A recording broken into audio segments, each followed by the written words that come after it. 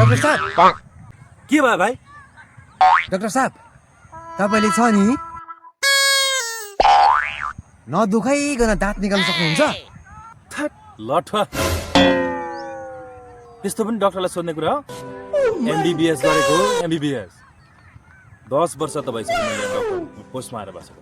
यस्तो दाँत त मैले 1000 जनाको निकालेर आमा डाक्टर साहबको पनि गफ त ठुलै नै रहेछ।